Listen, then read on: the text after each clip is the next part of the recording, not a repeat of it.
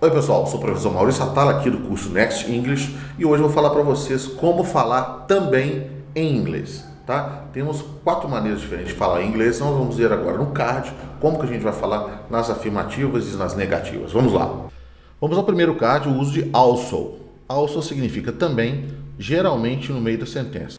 A dica que eu dou para vocês é o seguinte: a gente sabe que quando tem o verbo to be, a gente geralmente coloca alguma coisa depois. Por exemplo, se eu falar que eu sou professor, eu falar I am a teacher, o not vem depois, não é verdade? Então o also também vai seguir essa regra. Na verdade, tudo em inglês, na maioria dos casos, quando você vai colocar alguma coisa na sentença, sentença essa que tem o verbo to be, ele vem depois. Exemplo: I'm cold and I'm also hungry and tired. Eu estou com frio e eu estou também com fome e cansado. Exemplo número 2, she also writes books. Ela também escreve livros. Reparem que no exemplo número 2 o verbo é write, né? Ele não é o verbo to be. Então o also vem antes, que segue a mesma regra das negativas. Eu boto o not depois do to be e boto o auxiliar antes. Aqui o also concordou com isso. Ele foi depois do verbo to be na primeira sentença, I am also hungry, e na segunda sentença ele veio antes do verbo principal, writes. She also writes books.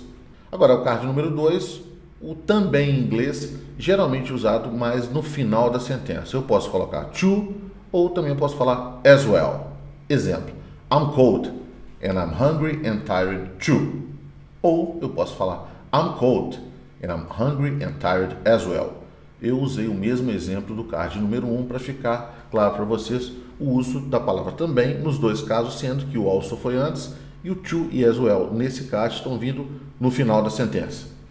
Bom, pessoal, agora vamos ao card número 3, como eu vou falar também, mas apenas em sentenças negativas. Eu vou falar either ou either. Essa pronúncia diferencia um pouquinho, mas a ideia mesma é também em negativos. Exemplo: she doesn't drink and she doesn't smoke either. Ela não fuma e também não bebe.